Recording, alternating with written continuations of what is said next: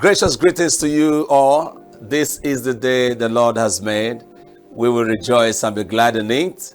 I joyfully welcome you to Gospel Lounge on Signature TV today. And our package promises to be awesome, delightful, informative, and most of all, instructive. So gather your family and friends. Let's have some fun on the show today. A songwriter said, count your blessings and name them one by one. It will surprise you what the Lord has done. So let's sing this song together and give God praise for all He has done, what He's doing now, and all He will yet do. You've been faithful, Lord, from the ages past. That is why your name is forevermore.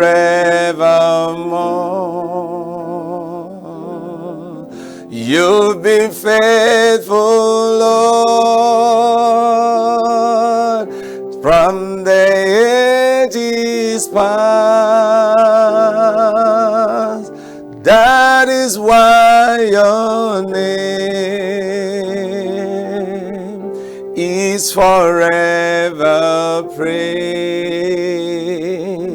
You alone art worthy, Lord, to be praised and adored. You alone art worthy, Lord, to be praised and adored. You've been faithful, Lord, from the ages past. That is why your name, is forevermore.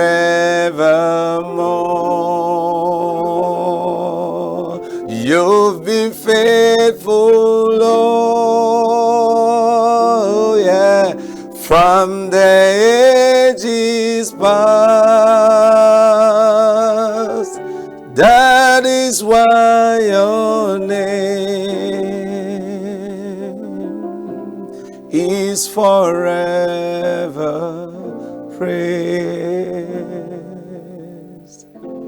God, you're faithful, and we are so grateful to you. Thank you for all that you have done, the things you're doing now, and things you will yet do. The psalmist said in Psalms 119 verse 105, the Amplified Version, it says, your word is a lamp unto my feet and a light unto my path. In other words, to navigate through life, you need a compass or a guide. You need a clear-cut instructions and principles to follow. In this segment of reflection, let's pay rapt attention to the words by God's servant. I'll be right back to continue the show with you. Stay blessed. We are local. We are right now with the wife of the man that was When the main market is in chaos, people are... We are national. Those in support of this motion as amended, say aye. Aye. we have taken the bull by the horn. We are international. Israeli airstrikes. Donald Trump left us the worst unemployment.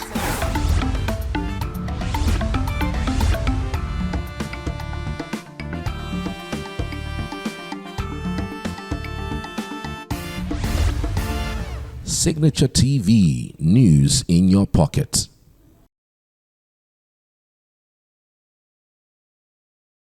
Brothers and sisters, I'd like to begin this reflection for the 31st Sunday in Ordinary Time by sharing with you an inspirational story from the life and ministry of Mother Teresa.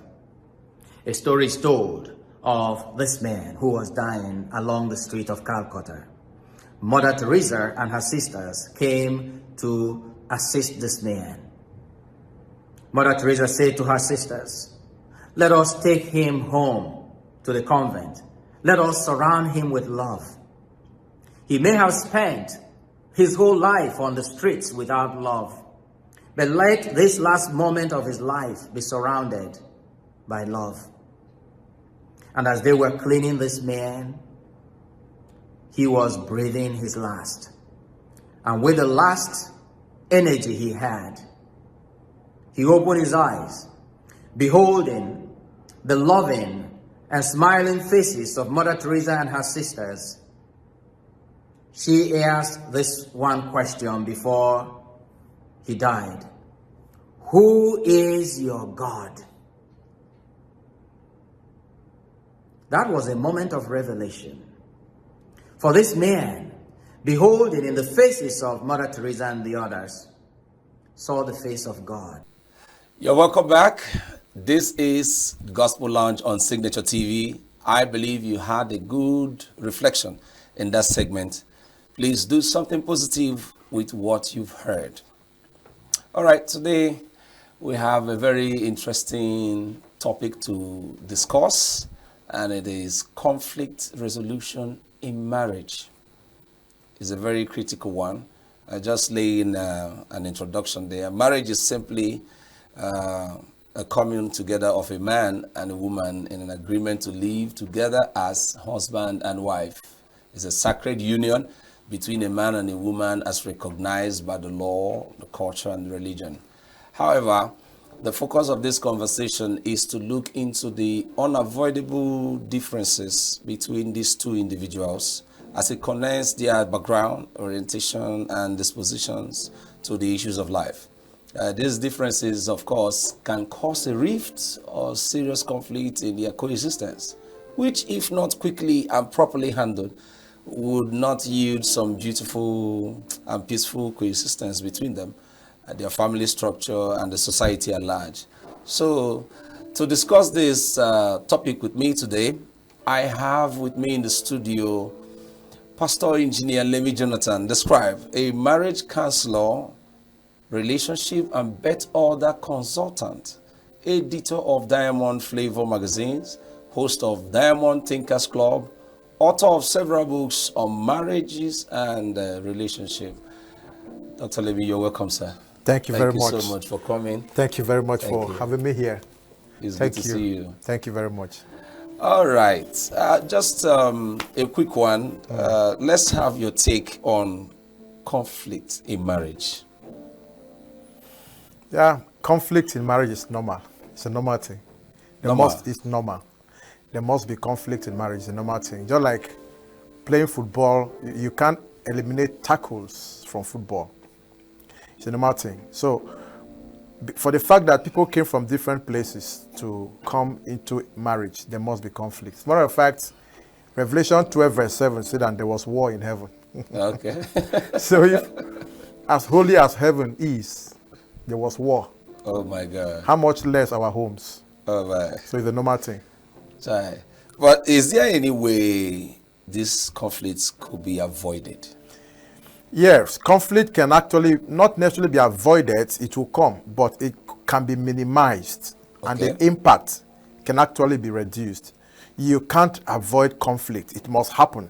Somebody must step on your toes in your marriage. You know, your spouse must offend you somehow, but then you can avoid the impact. You can actually eliminate the troubles it will bring. So you cannot eliminate conflict in any marriage, no matter how anointed both of you are, no matter how wonderful both of you are. There must be conflict, but you can actually minimize the conflict and reduce the impact by understanding what brings the conflict, how to handle the conflict, and how to manage the conflict, and the impact of the conflict on the family, the children, the society, and the body of Christ. Now, with all of these things in mind, you will actually make efforts to minimize it, handle it. Even those who are happy in their marriages have succeeded in managing their conflicts, you know, but those who are on social media telling their stories may have not managed their conflict properly.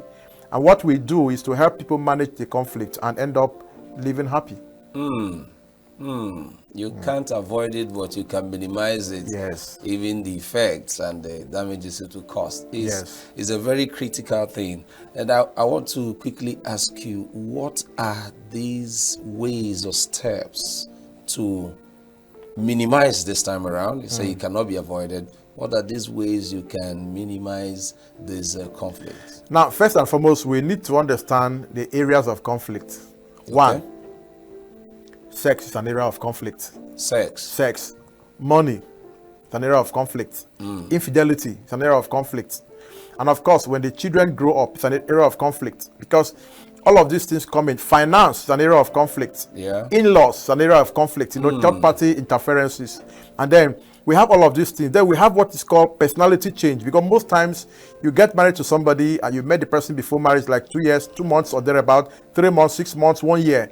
Now you wouldn't know much about the person, all about the person. Now marriage helps you to know more in details about the person, and most times there are conflicts in personality. The person you knew before is not the person you are seeing now. Not because he faked his life, but because there was not enough time for him to bring out his real self. And marriage now makes him to be relaxed. So you now see him snore, you now see him misbehave. And then if you're not prepared for that, now most people got into marriage without being prepared and equipped. Some were prepared but not equipped. Some were equipped but not prepared. Some were neither prepared nor equipped. So these are two different things. Different things entirely. Preparation and equipment. And being equipped. Now you're preparing yourself for an examination. You study, you read, that's preparation.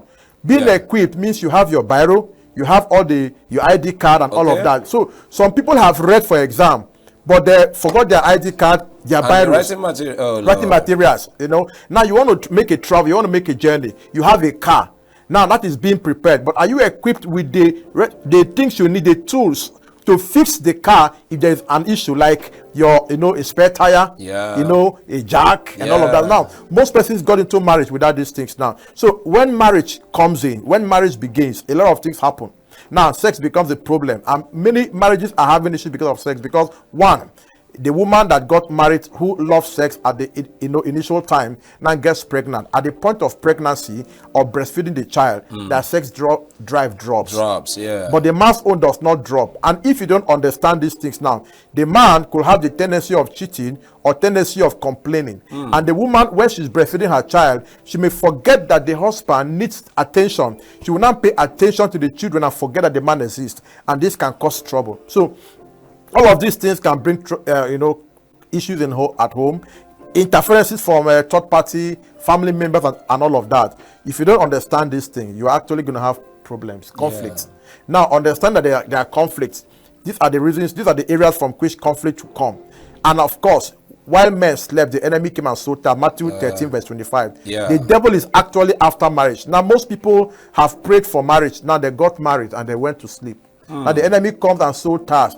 The tares he sows could be negative stories. The tares he sows could be interference from a third party. The tares he sows could be what you read on social media. The tares he sows could be your lifestyle that came to manifestation, which may not go well with your spouse. And then conflict will come up. Now, conflict generally arises when there are misconceptions or when we have differences. I tell people that division is two words coming together, meaning different vision. Vision. When two persons that have different visions, different calling, different opinions, different lifestyle, different perspective about life comes into marriage, they will have different vision. Then we have division. Then conflict will begin. Until we align our visions together, we're going to have conflict. That is how it comes up in marriage. My God, a lot is coming up here. I believe you are learning a lot, my friends. We're going to go on a short break, and when we come back, we are going to continue this conversation that is very insightful. We'll be right back.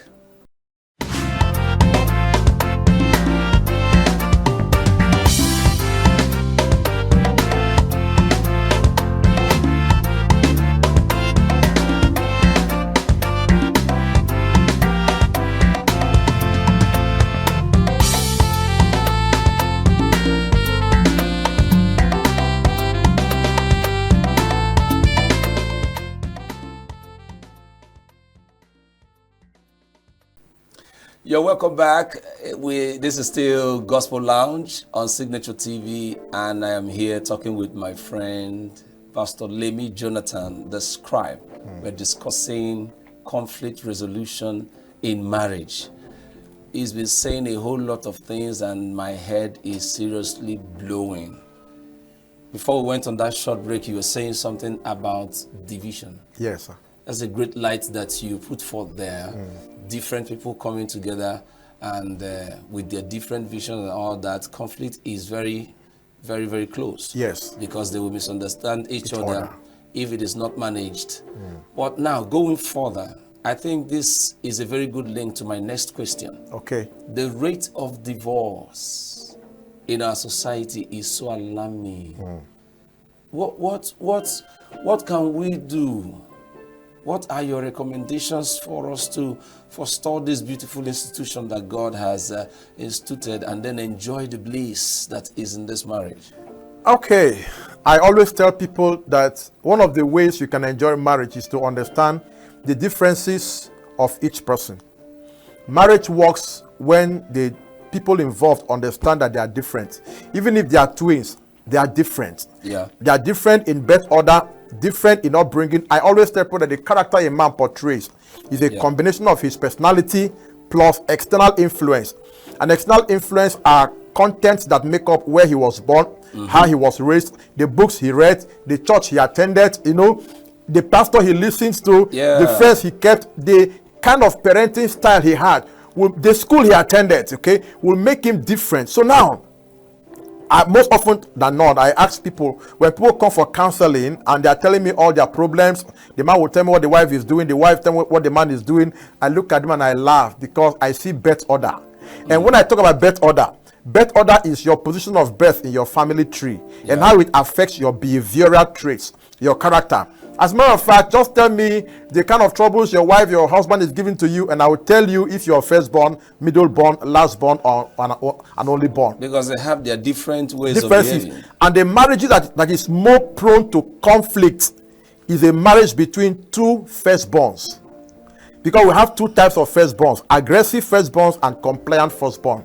And if two aggressive firstborns come together, because one, a firstborn is bossy, authoritative, orderly. They want things to be done their way, and they like taking credit for everything. Firstborns are exceptionally good in arranging things. They are perfectionists. They want things to go their way. Now, when such two persons come together, and the man is a perfectionist, the wife also is a perfectionist, that is a problem. There's going to be power tussle. So they'll be arguing, fighting. Quarterly, the wife thinks she's doing it the best way. The man says, no, you're not doing it the right way. So all of that. And then the conflict also comes from a combination of a firstborn wife married to a lastborn husband. Oh my God. So most times they tell me, when they're telling me want to have a divorce, so the fact is, this issue of divorce, many people have come to me to tell me, want to have a divorce, but we felt like, let's meet you for counseling before we can go ahead with the divorce. And by the time they come, and I talk about birth order, they leave happily. A couple came together. The first day they came, they told me that they want to have a divorce. When I look at the man, typical firstborn, look at the woman, typical lastborn, I began to explain to them what happens in their home. And they were looking at me, say, how did you know? And I say, your husband is not a wicked man. He's only acting by his birth order. Your wife doesn't have a banje. She's acting by her birth order. So understand, when I was done, two of them held hands and they left the office. So you can see, birth order have destroyed many marriages, and birth order understanding will help. That's why I've written books on birth order. I've published books on birth order. I talk about it anywhere because birth order is the key. One other issue, a lady came to me and she was telling me what's happening in her marriage. And I was looking at what she has done, how she's misbehaving, how she's causing trouble here and there. I looked at her and I laughed. Her husband, her birth order of being a lastborn was making her to shake tables. People are shaking tables without understanding the foundation of the table. Oh yes. And if you're shaking table, a lot of people are shaking tables. First, understand, is this table strong enough? Some marriages are not strong. Some marriages were built on deceit. The guy snatched the girl from another person. The girl deceived the guy to marry her. It's under deceit. Now, the marriages are built on dysfunctional homes, from polygamous home, from all kinds of things. Now, that kind of a marriage, the foundation is not strong. And if you're in that marriage, don't shake tables. Oh yeah, don't shake tables. When you start shaking tables, it will crash. But a solid marriage, like Bible says in Luke 6 verse 47, 48, 49, if a marriage is founded on a solid rock, winds will blow, things will come, tempest will come. That is the conflict. It will come, Yeah. but it will not break. It will not lead to Because divorce. it has a very strong foundation. But by the time the marriage is not on the solid foundation, you had sex before marriage, or you married her because she was pregnant for you, and all of that. Trust me, when wind blows and trouble comes, if you're not able to manage it, divorce will be the option. So marriage built on a solid foundation can withstand any kind of conflict. But a marriage that was built on deceit, built on manipulation, built on internet, Facebook, and all of that, if you don't deal with this kind of conflict issues by meeting experts to talk to you, Yeah. many times when people come, we just find out that what they have magnified to be too big is just a very little misunderstanding. Yeah. When we simplify them, they go home happy. So divorce is not an option. And before you think of divorce, sit down with a counselor. Sit down with us. We will give you reasons why not to divorce, and you'll be happy. My God, I can tell you my head is so spinning. Can you flow with the fire that is inside this very studio now? We have a lot to do. My friends, I call it to action today. Marriage is very beautiful as designed by God. The union and bond in marriage is God's idea, and if it must blossom and yield fruit, it must be followed by the rules found in the Holy Scriptures and other useful and godly materials too. As you can hear, our guest here has so many books he has written on marriages and relationship. Conflict is a natural phenomenon peculiar to humans, especially a marriage where two different cultures and orientation merge. Therefore, there must be a requisite knowledge. A lot of things is said here. I know this is going to be an ongoing conversation because I'm going to have you back again to talk about this bet other issue. Yes, it's sir. a very serious matter. All right. So before you engage, you need knowledge to sustain the union. The reason for this discrete assignment is because a peaceful family bets a peaceful society, and a peaceful society gives birth to a peaceful and productive nation. Many thanks to you, sir, for finding time to come to the studio today. Thank you very much. Thank you very much for coming to Gospel Lounge. Thank you very much. And to you, my lovely guests, my audience, please, I want to say thank you very much for being there. It's been wonderful with you. All our social media handle is there on the screen. Follow us and you will be very, very happy you did. I'll be right back to continue this very show with you.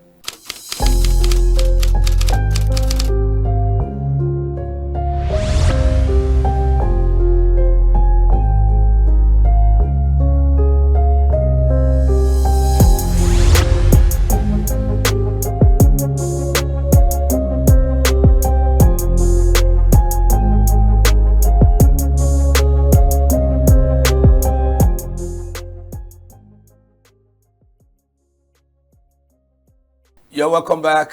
This is still Gospel Lounge on Signature TV, and I hope you are enjoying yourself on the show. I am going to be talking with another guest today that is very, well, let me not say a lot. Let me just take my time.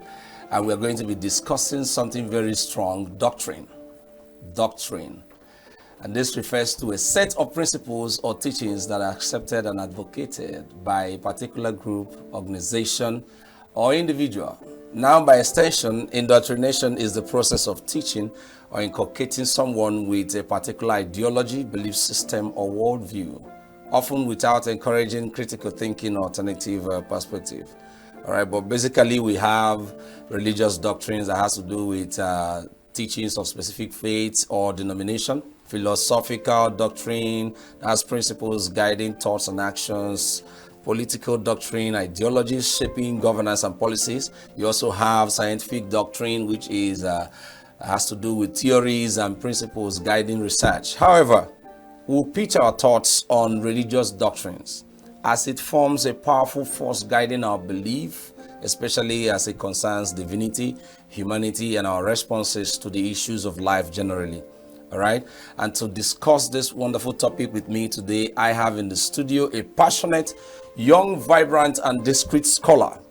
I'm going to stop there, even though he wouldn't like so much introduction. He has served in several capacities as a teacher of God's Word in seminars and conferences. His versatility and analytic skills makes him so dynamic. Friends, help me make welcome Pastor Daminola to the studio. Thank you very much for coming to Gospel Lounge. Thank you. Good Thank to you. be here. Yes. Good to be here. Good to have you. How's everything? Very good. Thank Good to have you. Thank God. Welcome. Thank you. So quickly, let's have your thoughts on doctrine. Okay. Doctrine. Yes. You've defined doctrine already. Yeah. And your definition is correct. It's the dictionary definition, basically. But I would say that doctrine is who you are when nobody is watching. Is your default setting. Did you hear that? Who you are when no one is there. Yes. My God. Is your default setting. You know, there's an old man languishing in prison. He knows that he's going to die. That was Paul. And he wrote his last letter, his last recorded letter. And that's the letter we know today, the book we know today as 2 Timothy. And in that letter, he was telling Timothy, he said, you know, my son, in the last days, many people will depart from the faith. They will be lovers of themselves, lovers of money, lovers of pleasure, more than lovers of God. Yeah. And all of that. He listed 18 things. They will be unthankful, unholy, without natural affection. Yeah. This is how he summarized it. He said, but you have known my doctrine. You see, so he was telling him, you see, there's a way I am, and I want you to follow that pattern, right? So yes, it's a way of thinking, but it's a thinking that defines you. Let me give you an example. If a military man walks in here, even on Mufti, within minutes of interacting with him, you can tell. Yeah. Right? There's a military doctrine. You know, that's discipline. It doesn't have to show it. Show it, yes. It's just there. Yeah. It's just there, you know. And, you know, it happens with me too. People meet me on the road and go, there's something about, are you a pastor or something? You know? So it's like that, yeah. So what are the purposes of doctrine or indoctrination? What's the purpose? Why? Okay. The idea of indoctrination is that there's an ideal, there's something that we look at as perfect, the ideal picture. Yeah. And then we try to conform people to that ideal. It may be wrong. It may be exaggerated. I'm talking in terms of religion now. Yeah. Denomination, political, you know, but whoever is starting up that person has an ideal. You know, Adolf Hitler had an ideal. He called them the Aryan race, the perfect human race. Yeah. Right? And he tried to align his people to that. It cost them a lot. It cost a lot of lives. 6 million Jews were killed. Yeah. He had so many. He wanted to exterminate the African man, the black man, you know, because he believed that there's something perfect. So that's the essence of indoctrination, to align people to what is perceived as perfect. Yeah. Yeah. The military training. Let me go back to the military example. The military training is not to be harsh. They're not trying to be harsh to them or wicked to them. I have a friend who is a captain. He has, in the middle of his head, the center of his head, there's no hair. So, and one day I asked him, I said, was it during your training that, you know, this happened? He said, yes. How did you know? I said, I know how you guys are trained now, you know. So he was to stand on his head, you know, those kind of punishments. So he did it for I don't know how many hours. By the time he was released, the place was swollen.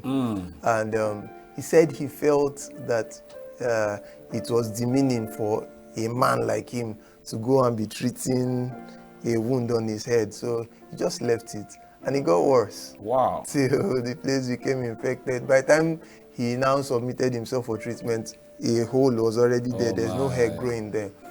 But the people who subjected him to that training were not trying to be wicked to him. Yeah.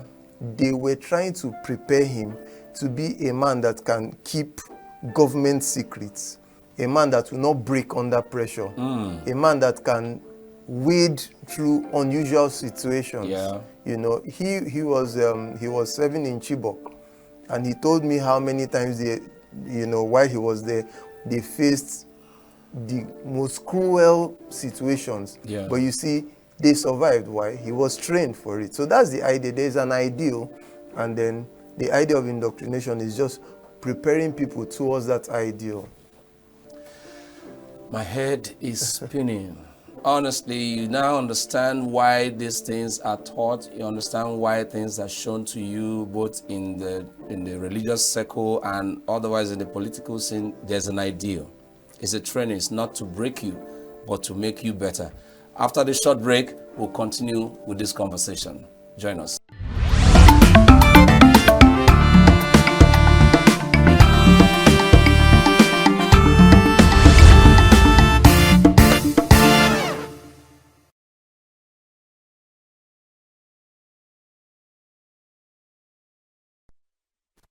You're welcome back.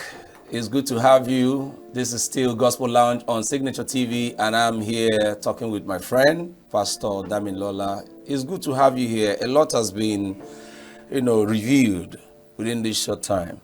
But I want to ask a very crucial thing that is really bugging my mind. Over the social media, and there's a lot of war going on now. And this is disagreement in different doctrines and beliefs and all that. What should be our proper approach to doctrine and indoctrination? Now, this time around, as it has to do with nation building and peaceful coexistence of every one of us. Okay. Yeah, remember when I was answering your second question about why indoctrination is important. Yeah. I was saying that there is an ideal and people are being built towards that ideal. That's the idea of indoctrination. Now, but how do we make sure that it is the right ideal? Yeah. Right? So as a Christian now, and I understand that the ideal is Christ. But the scripture tells us something in Galatians chapter 5. It calls them the fruits of the Spirit. Fruit is singular. That's interesting. Mm-hmm. And he mentioned 9 things, 9 items that comprises that fruit. Love, joy, peace, gentleness, patience, and all that. Yeah. And he said something. He said, against these, there is no law. There is no law anywhere that stops you from loving your fellow human being. That's right. There is no law anywhere that stops you from being joyful. Yeah. You know that when you look at wickedness, when you look at the results of wickedness, murder, robbery, kidnapping, those are expressions of wickedness. Yes. You see, but someone who has love will not do that to his fellow human being. You see, so someone who has love, who has joy, who has peace in himself, would see that even if we don't agree on the same things, even if we don't see eye to eye on everything, we can still work hand in hand. That's right. You see, so there is already an ideal, a guiding principle that the Bible has made clear. And that's the fruit of the Spirit. It's that simple. I think that one of the problems we have is that it seems too simple for many of us. So human beings are complicated naturally. Very, very complicated. And we are fascinated by complicated things. When someone talks very fast and says a lot of jargon, we tend to look at the person like someone that is very bright. Yes, that's why 419 thrives. True. You know, the con artists know how to use words. Because they are sharp-tongued and, yeah. My God. So, but when you come with something very simple, it seems, it seems too simple. Too simple. But the truth is that the best indoctrination is the fruit of the Spirit. The best indoctrination is to teach our children to love and to define love correctly. If we all follow this, we will have a peaceful coexistence. We will have a peaceful society. That's right. Yes, because there is no law against it. There's no law in Muslim nations against love. No. There's no law in Buddhist nations against love. There's no law against love, against joy, against peace, So if we follow these things, and they are not too much. They are not too much. So that's my... My God, can you hear that?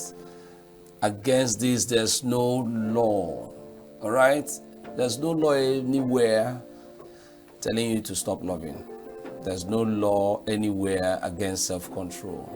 So in other words, the ideal is the fruit of the Spirit. Oh, yes. This is awesome. This is awesome. First, I call it to action. This is very wonderful. Every society thrives positively when there are a set of established and acknowledged principles and rules for function or engagement. The purpose of doctrine ranges from guiding beliefs and practices. You've heard a lot of things my friend said here. Unifying a community, providing a moral compass, facilitating decision-making, and preserving tradition. Whether it's religious, political, philosophical, scientific, doctrine, or indoctrination, let it be according to its purpose, especially when it promotes moral and godly guidance that would not cause divisions and rifts within the human race. You just heard what he said about the fruit of the Spirit. There is no law against being joyful. There's no law against being loving. There's no law against self-control and order. Whether you're a Muslim or a Christian, no matter the religion you represent, there's no law against these things. Furthermore, teachers and religious leaders should endeavor to teach the undiluted truth that is void of personal idiosyncrasies and sentiments. You were saying something, people talking so fast, there are things they hide in their heart while they are talking. It's not actually what they're saying, but there's something behind. Please don't do that. All right? This will promote unity of faith and practice and also help to check excesses and extremisms. It's a very good thing to have you in the studio today. Thank you so much for coming to Gospel Land. And we're going to call you again and again because I intend making this an ongoing conversation. Thank you very much for coming to Gospel Land. Thank you. From all of us here, we wish you well. Thank you. Thank you. And my wonderful audience, thank you so much for being there. Please follow us on all our social media handles showing on your screen till I come your way again. Understand that a peaceful home produces a peaceful and productive society and nation at large. Do all in your power to use doctrine to satisfy personal gains. My name is Victor Chief Judge. Shalom.